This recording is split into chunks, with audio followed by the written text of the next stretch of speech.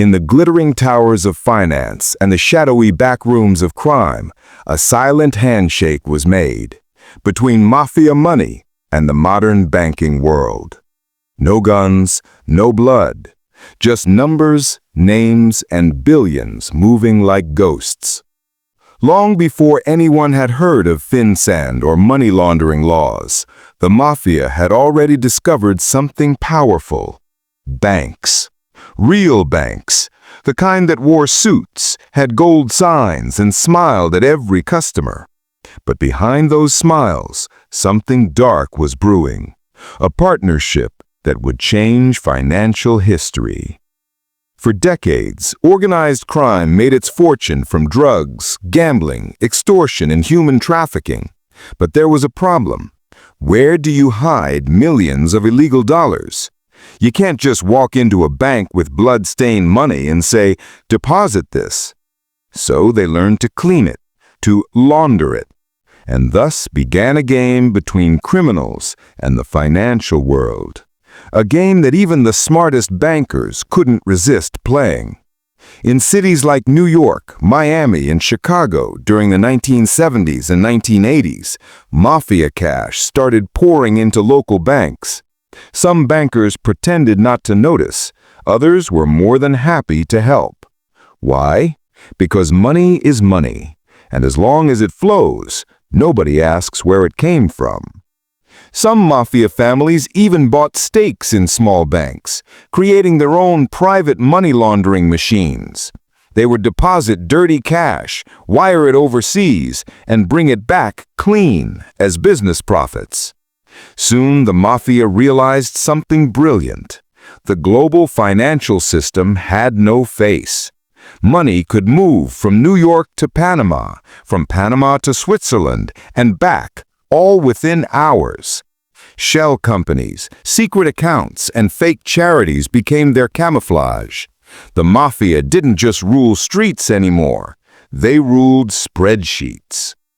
A New York mob boss once said, "You can kill a man with a bullet, or you can destroy him with a transaction." That was the new age of crime, silent, invisible, and profitable. By the late 1980s, the U.S. government began realizing that organized crime had become a financial empire. Billions were moving through banks that claimed to be clean. Drug money from Colombia, bribe money from politicians, black money from mobsters, all of it was floating inside the same banking system that ordinary Americans used every day. When investigators asked banks about suspicious activity, they often got one answer: "We didn't know." But the truth is, they knew. They just didn't want to stop the flow. And that's when something changed forever. In 1990, the U.S. Department of Treasury created a new weapon, FinCEN, the Financial Crimes Enforcement Network. Its mission was to track, analyze, and expose money laundering worldwide. FinCEN wasn't armed with guns, it was armed with data. It connected every suspicious bank transaction, every secret wire transfer, every hidden pattern. And slowly, the invisible web of mafia money began to light up on their radar. Banks began receiving notices to report any suspicious activity. Every time a large transaction looked strange, FinCEN wanted to know why. This terrified the Mafia. Their invisible empire was finally being watched. And for the first time, the war wasn't in the streets, it was in the spreadsheets. The Mafia's love affair with banks had finally met its match. The war between dirty money and clean systems had begun, a war that continues even today. Because as long as there are banks, there will be secrets. And as long as there are secrets, there will be those trying to find them. They thought no one would ever find them. Billions hidden behind fake names, secret accounts, and shell companies. But FinCEN didn't need guns or spies. It only needed data. And data, unlike people, never lies. In the early 1990s, FinCEN began collecting millions of banking records from across America. Every time someone deposited a suspicious amount, every time a wire transfer went to a strange country, FinCEN saw it. They built what was called the SAR system, Suspicious Activity Reports. Each SAR was a digital fingerprint, a clue to a much bigger puzzle. The Mafia didn't realize it yet, but their empire was leaving digital footprints everywhere. As FinCEN analysts studied thousands of reports, they began seeing something shocking. A bank in Miami was sending money to Panama every Friday, the same day a drug shipment arrived. A small business in Chicago was receiving millions in consulting fees from Italy, but no one had ever seen their office. It was like connecting dots on an invisible map, and slowly a dark global network began to appear. It wasn't just the Mafia anymore. It was bankers, businessmen, politicians, all tied together through one thing: money. The Mafia had always lived in the shadows, but now technology was turning those shadows into data trails. FinCEN used early computer programs to track money like detectives followed clues. Every name, every transfer, every code, it all meant something. And when those patterns were combined, they revealed entire criminal empires. FinCEN didn't just watch the Mafia anymore. It understood them. It saw how they moved money, how they disguised it, and even how they reacted when they were watched. The biggest shock came when FinCEN realized that many of the world's most respected banks were part of the problem. Some of them knowingly accepted dirty money. Others ignored warnings for profit. A few even helped criminals hide it better for a fee. A leaked document in the 2000s later showed that even top American banks had processed billions of dollars for organized crime and terrorists. FinCEN was furious, but powerless to shut them all down. The Mafia no longer needed guns to win. They had allies wearing ties. Years later, an enormous leak called the FinCEN files exposed thousands of secret reports showing how global banks helped criminals move money. It revealed drug lords, corrupt politicians, and even human traffickers using the same banking system as ordinary citizens. FinCEN's data proved one haunting truth. The world's financial system wasn't protecting people, it was protecting power. When the Mafia realized that FinCEN was tracing their money, they changed tactics. They moved funds through cryptocurrencies, fake charities, and offshore companies that existed only on paper. They hired financial experts, not hitmen, to stay ahead. The Mafia had become smarter, digital, and more global than ever before. But FinCEN was evolving too. It partnered with Interpol, Europol, and hundreds of governments to share financial intelligence. For the first time, crime was being fought not just with police, but with data scientists and analysts. The battle between FinCEN and the underworld was now fought in code. Money laundering became a technological war, algorithms versus algorithms. Artificial intelligence started flagging patterns that humans couldn't even see. But criminals adapted just as fast. They hid behind encrypted wallets, layered transfers, and anonymous banking apps. It was no longer about cash, it was about control. Despite FinCEN's power, billions of dirty dollars still move through the global system every year. From luxury condos in New York to secret islands in the Caribbean, Mafia money continues to find a home. The truth is uncomfortable. For every FinCEN analyst uncovering corruption, there's a banker helping it stay hidden. FinCEN's greatest challenge isn't the Mafia, it's the greed inside the system. Because when banks earn profit from crime, when politicians turn away, and when society stays silent, evil doesn't need to hide. It just opens an account. Today, FinCEN continues to fight, silently through servers and screens. Every transaction tells a story. Every number hides a name. And somewhere, deep inside the world's biggest banks, the war for truth still continues. Because the real enemy was never the mafia alone. It was the system that let them in. The mafia is no longer hiding in dark alleys. It's hiding in the cloud. No guns, no cash. Just digital wallets, algorithms, and codes that even the police can't trace. Welcome to the new battlefield, where FinCEN faces an enemy made of data. When cryptocurrency appeared, it was like a new universe, unregulated, borderless, anonymous, perfect for dreamers, and perfect for criminals. Bitcoin became the new suitcase of cash. No fingerprints, no names, no questions. The mafia quickly realized this wasn't just technology, it was freedom. Freedom from the system FinCEN had built.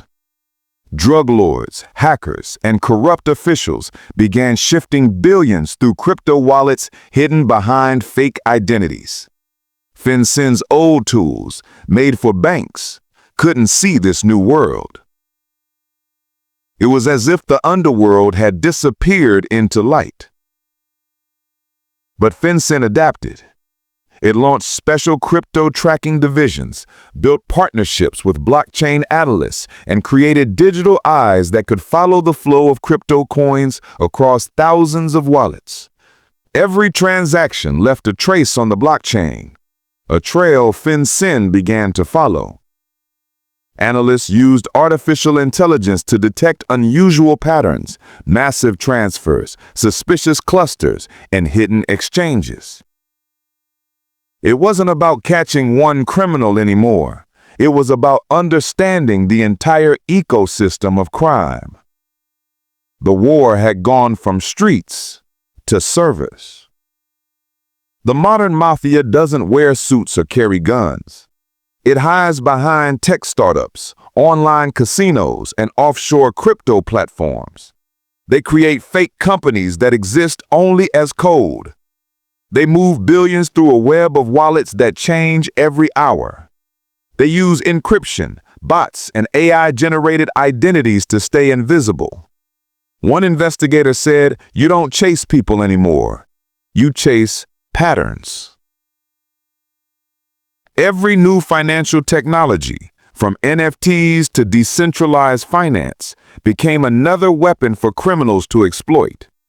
And FinCEN was in a race against time to learn faster than them. AI became both the hero and the villain of this story. FinCEN built machine learning systems that could detect money laundering before it happened. But at the same time, the mafia used AI to create fraud bots, programs that could fake human behavior, launder money through thousands of accounts, and vanish within minutes. It was intelligence fighting intelligence. A digital war with no borders, no faces, and no mercy. Amid all the technology, one thing remained the same: greed. No matter how advanced FinCEN's tools became, someone inside the system was always willing to help criminals for money. Some bank officers still looked away. Some governments still accepted bribes. And that's why FinCEN's battle was never just technical. It was moral. Because when corruption wears a digital mask, even truth becomes hard to see. By 2022, FinCEN launched Operation Crypto Clean, a massive international project to trace billions in laundered crypto tied to ransomware, drug cartels, and terrorist financing. They froze accounts, seized crypto exchanges, and shut down dark web networks. But for every one they caught, 10 more appeared. The mafia was adapting like a virus, faster, smarter, and global. Some of their digital accounts even donated to charities, blending crime with kindness to confuse the algorithms. They understood psychology as much as technology. FinCEN joined hands with over 150 countries under the Egmont Group, a secret network of financial intelligence units across the world. Together, they began exchanging encrypted data to spot criminal money before it could disappear. This alliance turned financial intelligence into a global defense system. It wasn't just about America anymore. It was about protecting the world's economy from becoming a playground for digital gangsters. Today's mafia doesn't think in cash. It thinks in code. It doesn't use guns. It uses data leaks. It doesn't fight wars. It buys influence. They sponsor influencers, manipulate online markets, and use AI-driven bots to move public opinion, because power now lives in information. And FinCEN? It's learning that the line between criminal and corporate has never been thinner. Experts believe that in the next decade, more than half of all global crimes will be financial and digital. And FinCEN's biggest enemy won't be the mafia. It will be invisibility. The world's economy runs on systems that even governments can't fully control. The question isn't, can FinCEN stop crime? It's, can anyone truly stop money from finding its way? Because as long as there's profit, there will be crime. And as long as there's data, FinCEN will keep chasing the dose of money. From the smoky rooms of the 1930s to the digital clouds of the 2020s, the war between Mafia and FinCEN has evolved, but it has never ended. Money still moves faster than morality. Technology still grows faster than justice. And somewhere behind every glowing screen, a digital hand still reaches out to steal. The Mafia has changed its face. FinCEN has changed its weapons. But the battle, the eternal dance between crime and control, still continues. Because in the end, every dollar tells a story. And FinCEN's mission is to listen.